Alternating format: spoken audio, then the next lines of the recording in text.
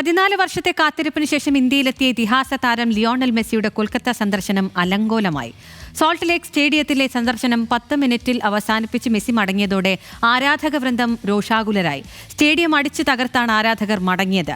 വിഷയം പശ്ചിമബംഗാൾ സർക്കാരിനെതിരെ ആയുധമാക്കുകയാണ് BJP. അതിനിടെ പരിപാടിയുടെ സംഘാടകനെ ബംഗാൾ പോലീസ് അറസ്റ്റ് ചെയ്തു.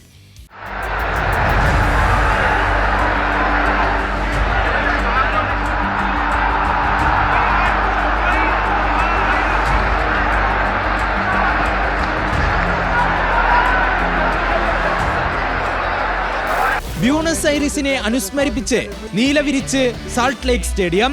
ആരാധക കൂട്ടത്തെ ആവേശത്തിലാക്കി മോഹൻ ബഗാൻ ഡയമണ്ട് ഹാർബർ സൗഹൃദ മത്സരം. Shilton Paul under a bit of pressure, lets the ball go, wanted to go flatter, long range up, but nicely blocked away just in the nick of time. മത്സരത്തിന്റെ രണ്ടാം പകുതിയോടെ കാത്തിരിപ്പിന് വിരാമമിട്ട് കനത്ത സുരക്ഷാ വലയത്തിൽ മിഷിഹ സ്റ്റേഡിയത്തിലേക്ക്. എന്നാൽ സംഘാടകരുടെ പിഴവ് മൂലം ആരാധകരിൽ ചിലർ മൈതാനത്തേക്കെത്തി. സുരക്ഷാ പ്രശ്നം ചൂണ്ടിക്കാട്ടി മെസ്സി ആരാധകരെ അഭിസംബോധനം ചെയ്യാതെ ഗ്രൗണ്ട് വിട്ടു. പിന്നാലെ ആരാധകരോഷം. ഇരിപ്പിടങ്ങൾ തല്ലി തകർത്തും മൈതാനത്തേക്ക് കുപ്പികളും മാലിന്യങ്ങളും എറിഞ്ഞും ആരാധകരുടെ പ്രതിഷേധം.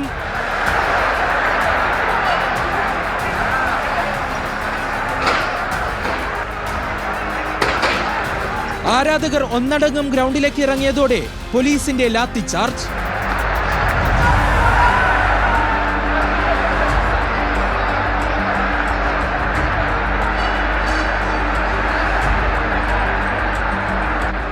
$5000 മുതൽ ലക്ഷങ്ങൾ വരെ നൽകി മെസ്സിയെ കാണാനെത്തിയവർ സംഘാടകർക്കെതിരെ തിരിഞ്ഞു. സംഘാടകർ ആരാധകരുടെ വികാരം മുതലെടുക്കുകയായിരുന്നു എന്നാണ് പ്രതിഷേധക്കാർ പറയുന്നത്. We couldn't see Messi. Only the people, elite people of Calcutta were there. They got their photograph clicked, and that's it. So many children, small children coming from at 7 o'clock in the morning, and they couldn't see anything. So very bad management and should be called off. इस ticket app का management बहुत खराब है.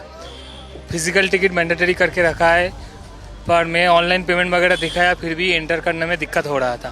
Over protected. There are 3 or 4 like circles around him, and he was like that. He was not using a single speech. He was just swinging his hand and like that. വിഷയത്തിൽ അന്വേഷണം പ്രഖ്യാപിച്ച പശ്ചിമ ബംഗാൾ മുഖ്യമന്ത്രി മമതാ ബാനർജി മെസ്സിയോടും ആരാധകരോടും മാപ്പ് പറഞ്ഞു. പുലർച്ചെ 2 മണിയോടെയാണ് ഇന്റർ മയാമിയിലെ സഹതാരങ്ങളായ Rodrigo De പോളിനും ലൂയിസ് സ്വാരസിനൊപ്പം മെസ്സി കൊൽക്കത്തയിലെത്തിയത്. വിമാനത്താവളത്തിലും വഴിയോരങ്ങളുമായി ആയിരങ്ങളാണ് സൂപ്പർ താരത്തെ വരവേറ്റത്.